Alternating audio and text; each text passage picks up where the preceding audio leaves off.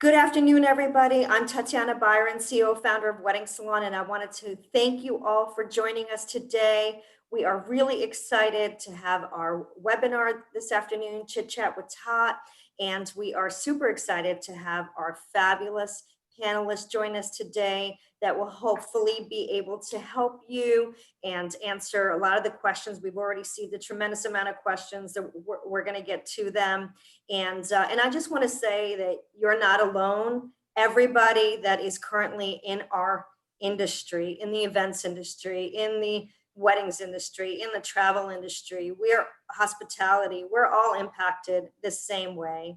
And your struggle is our struggle. So just as much as you're struggling to plan a wedding, we're struggling to figure out how to help you plan that wedding, because we realize that so many rules are changing all the time, and cases are going up, going down. So it's a really confusing time to be in this industry.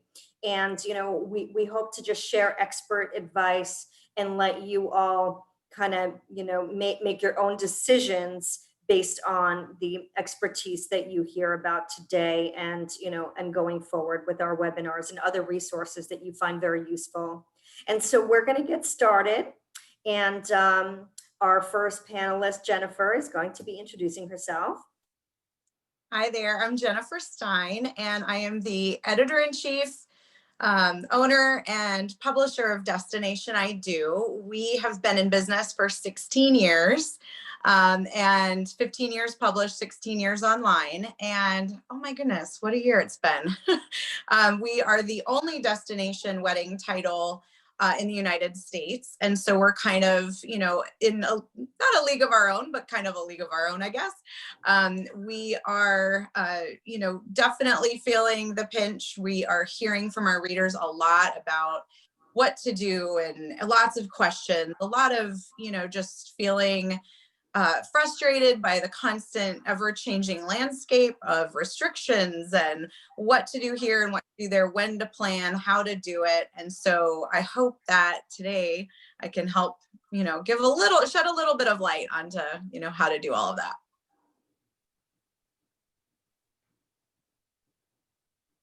Thank you so much. And Jamie? Hi guys, I am Jamie from Wild Heart Events. I live in Santa Barbara, California, and we do a lot of weddings, both in California and destinations across the world. So we're seeing, a lot of variances in the different rules and regulations surrounding COVID and in all of the different areas that we service. But we also are really on top of how this is affecting our brides and grooms, and what options you all have for weddings now, weddings later, what it looks like for wedding planning during COVID, and what hopefully it will look like moving on. So I'm really excited to share with you guys a lot of fun ideas and ways that you can pivot but still have a beautiful and amazing wedding. Thank you so much. And so we're going to roll right into the questions. And the first question I have is to you, Jamie. And someone asked, do you expect couples who have married in a small ceremony in 2020 to still have a large event in 2021? What are you seeing?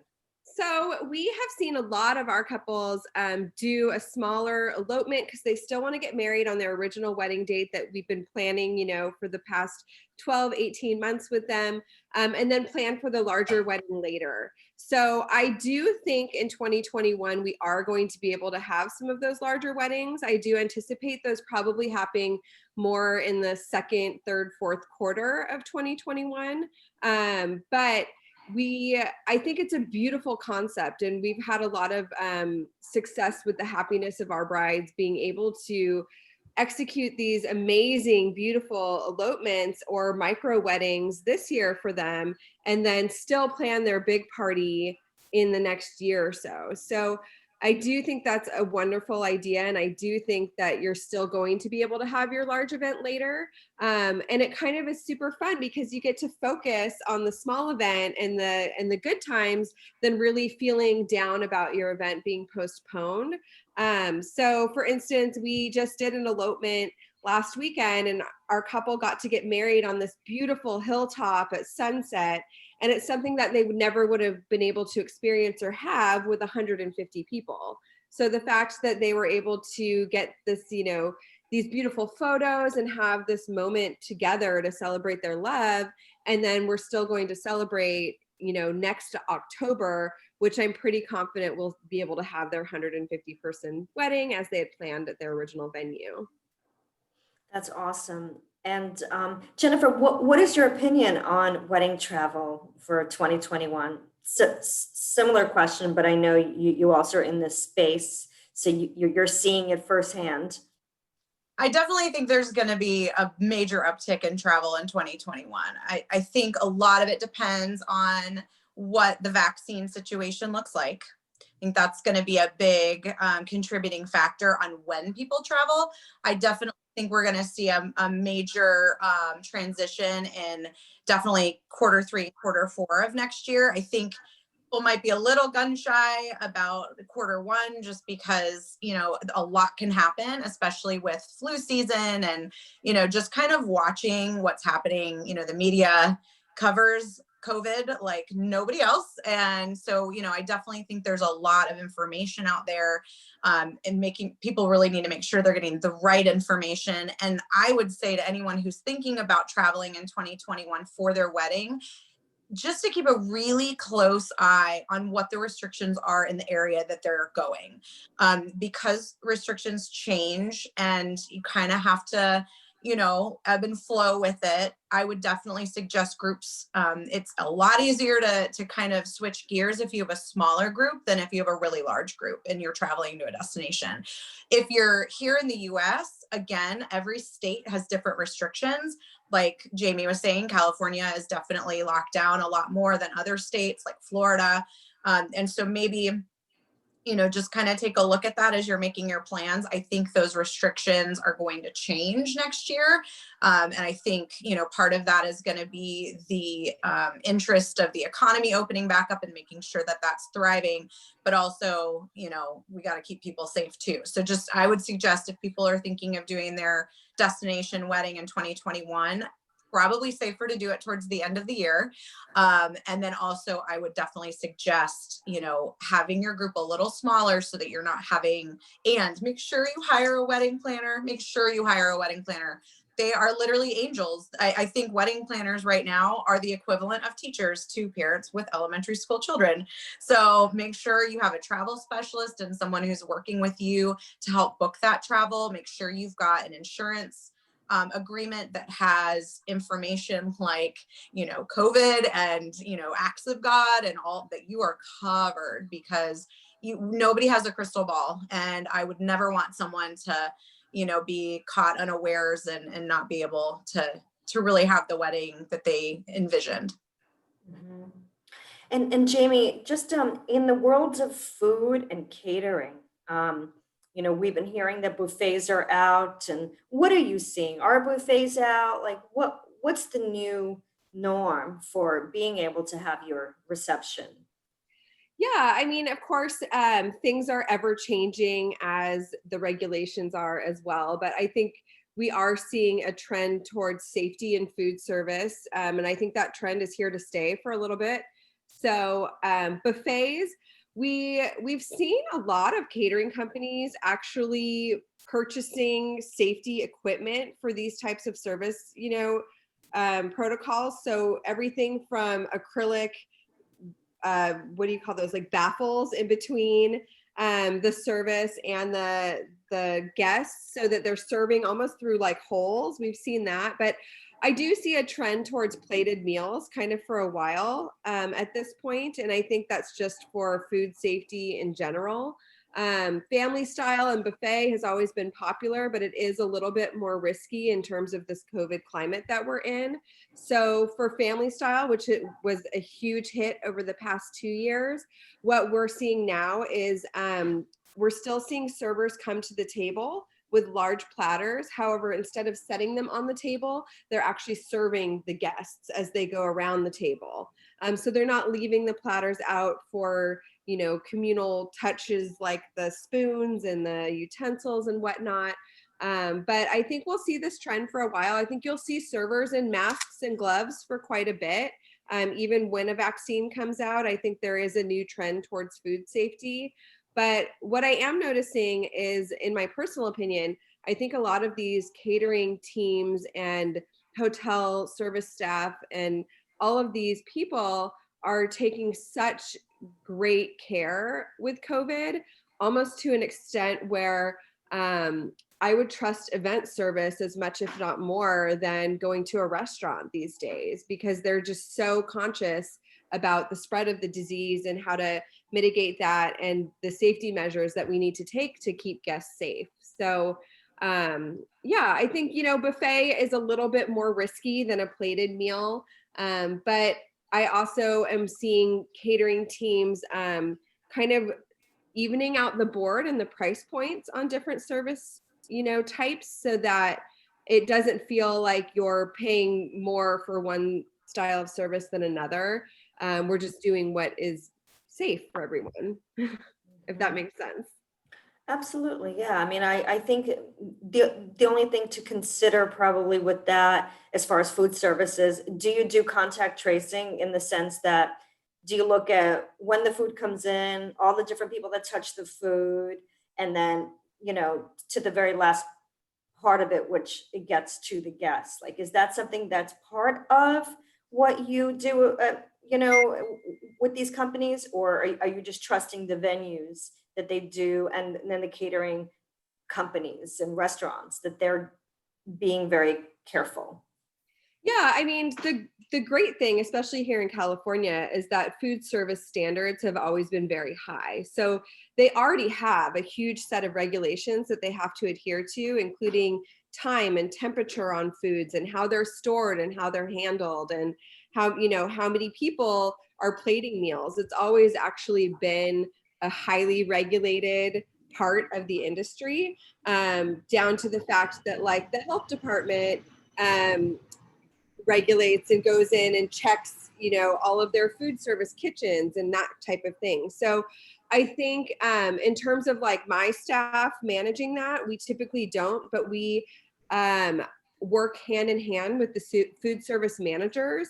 And if we see any violations, we clearly say something. But it's, in my opinion, and I come from the restaurant industry, I was a restaurant manager before I even became an event planner. So in my opinion, caterers for large events take more caution than, I would say, even like restaurants or bars or places like that. Mhm. And Jennifer, what trends are you currently seeing in travel? Like, what would be the top one or two destinations for honeymoons and destination weddings in light of COVID? What would be if somebody really wanted to plan a destination wedding right now, or plan a honeymoon, where do you recommend they go? I think the safest idea is to find a drivable destination that has not limited restrictions, because you definitely want to keep your guests safe, but you want to make sure that it's not totally locked down either. And you want to make sure you're promoting within your group, safety measures, mask wearing, of that nature. I'm seeing a lot of couples that are reducing their guest list, obviously, jumping in the car, going someplace where there's an Airbnb, making sure the food is stocked. What I am seeing too is that couples are, they might be reducing their overall budget a little bit based on the reduced guest list, but they're spending a lot more on things like, maybe they're going for that photographer they didn't think they could quite afford before, and now they're like, we have to have that person, or that, they're adding videography, they're adding things that are really going to increase the special touches, so to speak. I'm definitely seeing some couples are still doing the far flung, they're going to Bora Bora, they're going to places that were on their bucket list still, and sometimes because their overall wedding spend was less, they're spending more on their honeymoon. Again, it's because there's so many, it's almost impossible to understand and know exactly what restrictions are everywhere all the time, because they're always changing. But I know Hawaii is opening up big time. And, there's definitely people that, before they were thinking, well, Hawaii's out of our price range, or it's out of our league because it's so far to travel. Now they're like, who cares? I'm getting on that plane and from New York to Hawaii, and I'm making it happen. And so, there's definitely, I think with a honeymoon, you have a lot more options because it's just the two of you. You can kind of do whatever you want. But I am noticing that couples are really double checking, where they're going, what the restrictions look like. Is there a curfew? Is there in the hotels specifically, I always tell people, make sure you understand what the hotel has for you when you get there. Because even I just went to a 5-star resort for my anniversary for 2 nights, and the spa was shut down. Multiple restaurants were serving limited food items. Some of them weren't open at all. And so there's things that you want to make sure. And we had called ahead of time. Obviously, I take my own advice. So I called ahead of time and knew I'm not going to get the spa treatment, and that's okay. I'm fine with that. I'm so cooped up, and I usually travel at least once every few weeks. So for me, this is the longest I've gone not really getting on an airplane.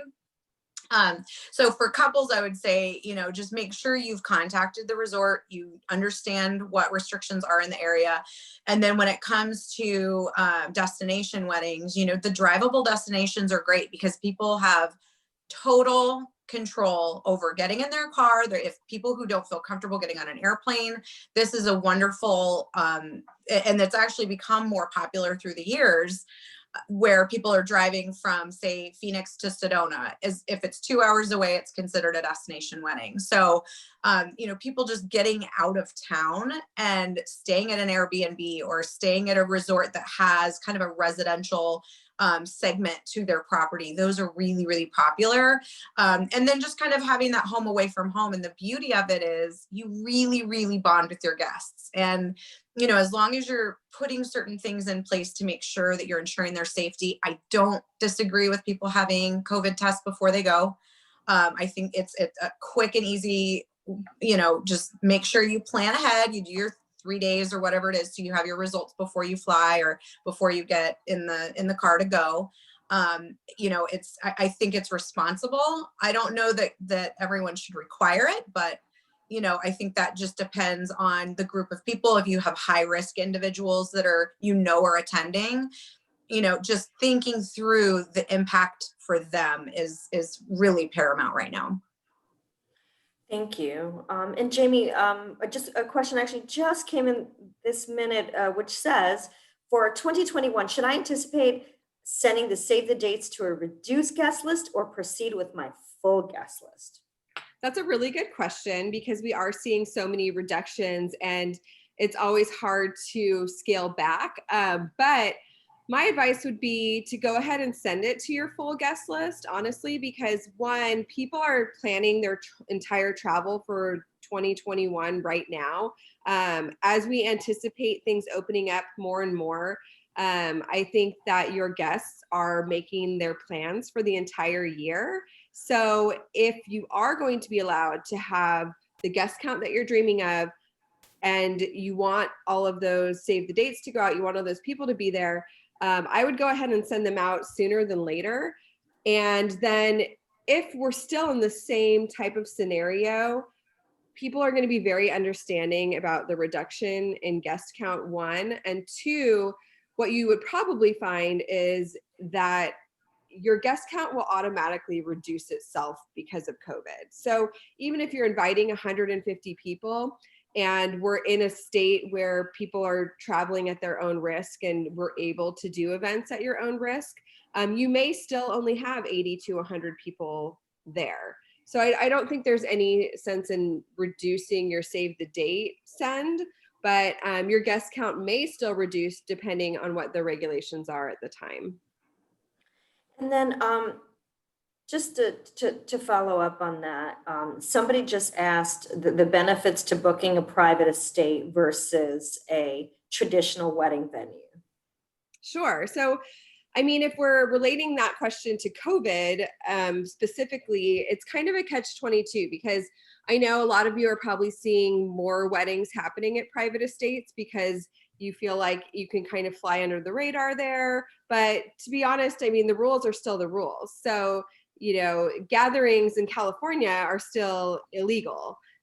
So, yes, people are doing this, but it doesn't mean that it is legal or right or, whatever. But what I am going to say is when you look at places like resorts or venue halls that have in-house catering, those are actually probably going to be the first venues that are legally allowed to open up because of their catering regulations and the catering being in-house. What we're seeing is a lot of restrictions on outside catering coming in. Now, do I agree with that? Not necessarily, because like I said, I think caterers are almost doing a better job than restaurants are at this point in terms of health and safety. But that's just the reality. Those are the regulations that we have right now. Now, if you're just talking generally about private estates versus, resorts and that type of thing, they're just totally different vibes. And the great thing with private estates is that you get to bring your own food and beverage in. So sometimes that's at a huge cost savings. And the great thing about resorts and that type of place is that it feels like more of a destination overall weekend because everybody typically stays in one spot. So that's kind of a twofold, answer for you. But in non-COVID times, they're just, two different types of weddings. And then during COVID times, like I would say that, we are seeing a lot more private estate weddings happening, but that doesn't necessarily mean that they are allowed and legal. So. Right. And Jennifer, what ideas can you give our couples for micro weddings? I mean, there's kind of the sky's the limit. I mean, I love a good intimate wedding, and it's kind of funny because and this issue is actually, there's a free digital edition on our website if you're interested. And I swear we didn't plan this because we had no idea, but it's kind of, serendipitous that it worked out this way.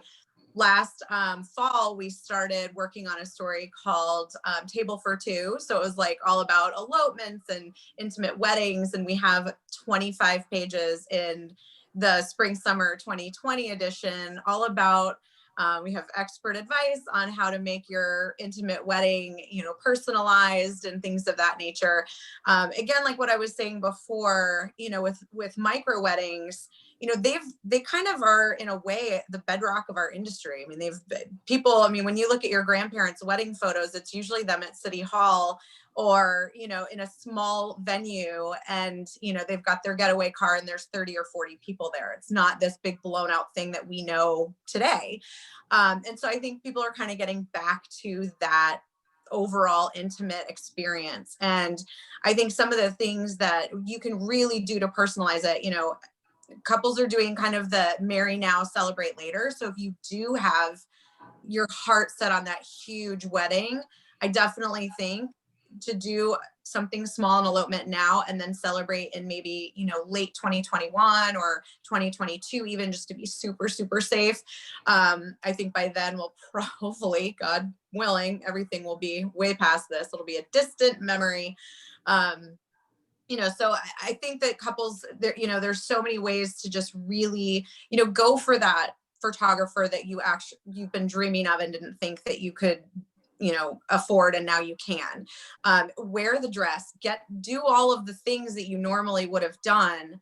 And the beauty of it is, if you're doing a micro wedding, you get to experience that with a really intimate group, and it can be really special. So even if you hadn't envisioned that at first, your wedding planner or your group of vendors, they are going to be so appreciative, number one, of the business, because let's be honest, the weddings industry right now, like us in live events, I mean, wow, we're really getting hit hard because a lot of people are having to cancel and have had to cancel. And so all of the events that were postponed from March till September, those September weddings, a lot of them are now in 2021, and all of those vendors, they don't just, that money goes with it, right? So anyone right now that is having, if they want to do a micro wedding, I guarantee your vendors are going to be falling over themselves to make sure that you have the absolute best experience, and to not shy away from it. Even if you have to kind of go through the feelings of, I had this giant wedding in my mind, this is what I had envisioned. Experience the disappointment. It's real. It's yours. It's understandable. So many people have had these moments robbed from them. And so you're not alone.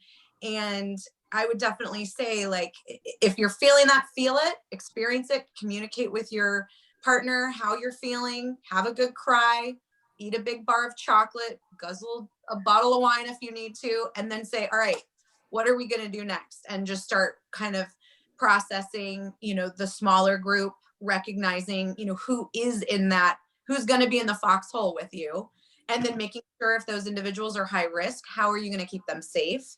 And so, but still go through the fun parts of planning. Right now, everyone's working from home. Not everyone, but a lot of people are working from home. So, little tip, your boss can't really spy on you quite as frequently as they were before. So you can plan a little harder. Your Pinterest page is probably looking super pimped out right now. At least mine would be. So there's so many like benefits to this time too. We just have to find them and look at them and kind of, marinate on them, if you will. Well, and I'm going to piggyback on what Jennifer is saying too. As a planner, my goal with all of my brides that have had to pivot and take their large wedding and this vision that they've had all their lives and reframe it, my goal is to blow them away with something that is something maybe that they've never expected, but is absolutely what they've always wanted, So all of our brides that have gone from these large scale weddings down to micro weddings have just been thrilled with the end result because it ends up being this beautiful, intimate day. And like Jennifer said, we end up springing on that videographer that maybe we couldn't afford before, or we, make sure that the tables are still very well styled and it still reflects their personalities, but we just don't have the guest count. And along with that comes a huge savings that you can put into other areas. So as the planner that has to redesign and reframe all these weddings, our goal is always to just go above and beyond at this point. We're so empathetic to all of these couples that are just having to postpone their dreams and their lives together and all of this, thing. So we're here for it too. We're 100% here for it. And what advice do you both have for couples? And we'll start with you, Jamie, as far as to manage the stress, so that they don't break up, but B, because you have so many different logistics and changes in the constant. So what do you do? I know, as planner myself, I have multiple events that I manage, so I have my techniques, but what would you recommend? And then I'd love to hear from you, Jennifer, as well. Sure. I mean, my first bit of advice is to have a good planner. And if you can lean on your planner and rely on your planner to do a lot of that legwork, I mean, we have our systems down now. Anytime somebody comes to us with a postponement, I tell them to go, get dinner delivered and open a bottle of wine and just sit back, and they'll hear from me within the week with all of the emails and I'll get everything set in motion. And what my team does is we create a Google document with viable postponement dates. We send it out to all of their vendors. We have them answer if they're available, yes or no. And then we sit down with our client and we can make the most informed decision on what date will work best for their new big wedding. And then we can talk about if they want to do an elopement or micro wedding now and party later. But I think relying on the vendors that you've already hired to do a lot of that work for you so that you don't have to deal with the stress. You're not the one, the brides and grooms shouldn't be the one calling all the vendors to say, we feel like we're going to have to postpone, I jump on Zoom calls with my clients so that they can see my face and know that I'm here for them and I'm empathetic, and it's not just another email or another text or another call. Like, I want them to know that I'm in it too. I feel for them, and we're the ones here. Your planner is the one that is going to really get you through this. And we try to become the point for parents, for family members, for, everyone to come at, if you will, so that the bride and groom can just deal with the stress of moving the date, which is enough. That's enough weight on their shoulders. My other recommendation is the second you decide to postpone, go ahead and let your guests know, just so you're not fielding a million calls about if your wedding is happening and what that looks like with COVID. Let your guests know, hey, we've decided that we're going to postpone our wedding. We'll be in touch with more information. Yes, this is very stressful. Just give us a minute, because I think that's one of the biggest stressors that I see from our clients is all of the questions they have to field from their guests and their family. And, we're all in this together. We all have the same information about the rules and the regulations and what's happening. So to have 100 guests asking if your wedding is going to happen in March and you just don't have that answer right now, the best thing you can do is just say, just sit back. We'll let you know, stay up to date on our website, and we'll keep you posted. So yeah, lean on your planner and then just let everybody know that we're all in this together, and just take a step back for a second. And I would totally piggyback on what Jamie's saying here. Definitely get the wedding planner, guys. If you didn't already, like, worth their weight in gold. I would also, if you're doing a destination wedding that requires airline travel, definitely get a travel specialist if you don't already have one, because wedding planners are not travel specialists. They are handling the event, not getting everyone there. And so to add that to their already extremely overflowing to-do list, with then trying to get Aunt Sally from point A to point B, and now her connecting flight has changed because American Airlines is changing everything. Don't get a travel specialist. Oftentimes their commission is part of the overall cost. It's not an additional fee. I can't say that for everyone. Everyone has a different way of structuring their, the way they're paid, but I know a lot of them handle it that way. So travel specialists can be your best friend. I would also say, depending on your group, depending on the demographics of your group and the way they communicate, like Jamie said, communicate with your guests as soon as possible. As soon as you know either the date is changing or anything's changing about it, communicating with them. And I would even suggest, potentially, depending on your group, to set up a Facebook like special group just for your wedding guests. So sometimes if you're at work and someone has a question about something you've already answered, and your cousin knows the answer, but your aunt doesn't, and she could ask the group, then the group can inform her. So, you want to make sure you're keeping an eye on it so misinformation isn't being spread, but at the same time, it could be a really valuable tool in keeping everyone informed, seeing what every question that, that's coming in, that could, and also the thing that you might not expect is the level of support you can get from it. A lot of people right now are really understanding about your disappointment or the fact that something needs to change. And so you can also garner a lot of support from your loved ones that way. And then they can also get excited about seeing each other. So it's a great way for everyone to kind of communicate, for you to get the support you need, and, just build excitement around your event. The other thing I would say from a personal level is, and everyone has different ways of letting off stress.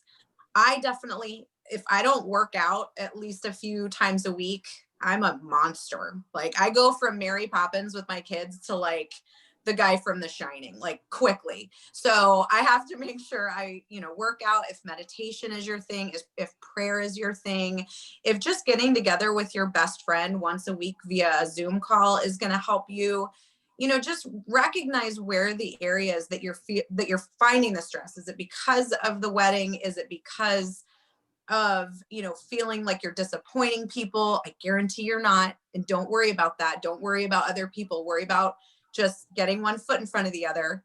You want to worry about their safety and keeping them informed. But outside of that, trust me, you're not disappointing anyone. And, I would say too, just relying on your loved one, your spouse or your soon-to-be spouse. This is kind of a metaphor for what life is like as a married couple. You're going to have all sorts of things thrown at you that you have no control over. A parent passing away, or, a new job, a move to a new city. There's so many different things. And this, to me, this time right now is like a very concentrated experience in what it's like to be married. And lean into one another instead of fighting over the little tiny silly things that really in the end, does it make a difference if you serve ahi or steak? Does it matter? Maybe not. Like, focus on each other, lean into one another, recognize why you're getting married. And if you need to, I'm a big proponent of working with someone to do premarital counseling. I think that's one of the best things that you can do for the success of your marriage. It's something that a lot of people shy away from because they're like, oh no, like, what if I find out that they're like serial killer or something. You probably want to know that before you marry them anyway. But it's something that, this might actually be a really good reason to do premarital counseling and figure out ways to have conflict resolution. There's no harm in it. We invest so much money in our educations, in our homes, and everything else. We have to invest in our marriages also. I mean, you're getting married, you're making vows to this other person, to death do you part. So make the investment, and there's no harm in doing something like that. And I just wanted to recap the stress conversation as someone that produces events as well. I find that if you are planning your own wedding and you don't have a planner, the best way to manage stress is to be prepared. You have to be prepared. You have to think ahead. You have to be prepared. And as far as, cancellations and postponements, your first call, if you don't have a planner, should be to your venue. First and foremost, call the venue. Don't call anybody else. Get the venue, and don't get one date, get 2 dates. Get the primary date and get a backup date. And then you have them hold both dates for, as long as you can. If they can hold it for 24 hours, 48 hours, 72 hours, a week, as much time as you can get for the venue to hold the dates. And then communicate with all the vendors to see and create your spreadsheet, as Jamie was saying, to see who's available, who's not available. And, again, preparation is key when it comes to avoiding stress. And so we ran a little bit over today. I'm so sorry, but I wanted to thank our amazing panelists, Jennifer and Jamie, for joining us today. I hope that you guys have learned a couple of really valuable tips in helping you navigate through this crisis, and happy planning to all of you. And thank you so much for joining us here today for our chit chat, and we look forward to connecting soon. Bye, everyone. Thank you. Thank you.